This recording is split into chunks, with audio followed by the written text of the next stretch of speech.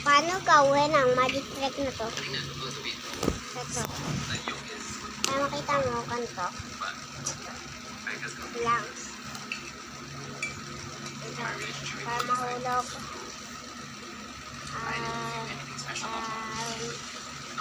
Lalagyan.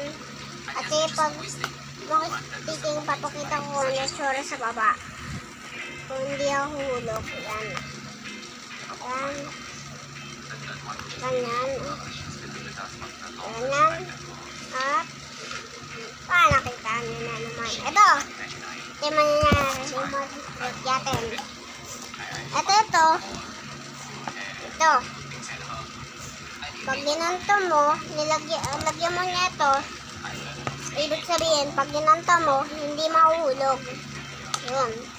At pag nilagyan mo ulit, lagay mo yun. Lagay na kagano. Ito, papakita ko. Yan. Yan. At hindi mapupunta sa hole na to. Ayan, kaya hindi na mahulog yan. At pag ginaganto mo, baka mahulog ito. Mahuhulog to. Ibig sabihin, kain mo to.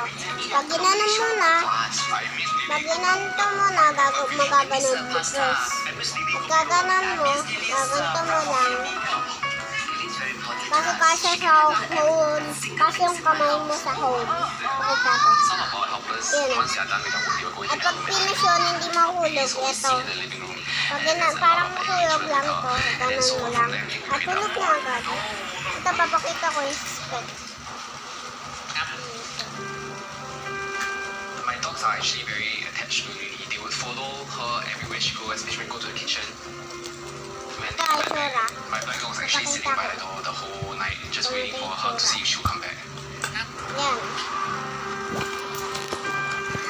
Whenever there's distance, people won't be as close as before, but I try my Yan, best to tapos na. check in on her at least once a Ano month. paano gawin yung magic trick na yun? I will always share Easy-peasy, pero kailangan turutot para dito.